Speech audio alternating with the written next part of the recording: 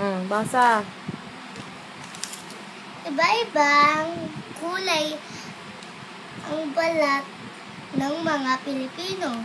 May Pilipinong maputi ang balat. May Pilipinong maitim ang balat. Karaniwan sa mga Pilipino, ang kulay kayumanggi. Tignan ang mga mata ng mga Pilipino. May Pilipinong singkit ang mata.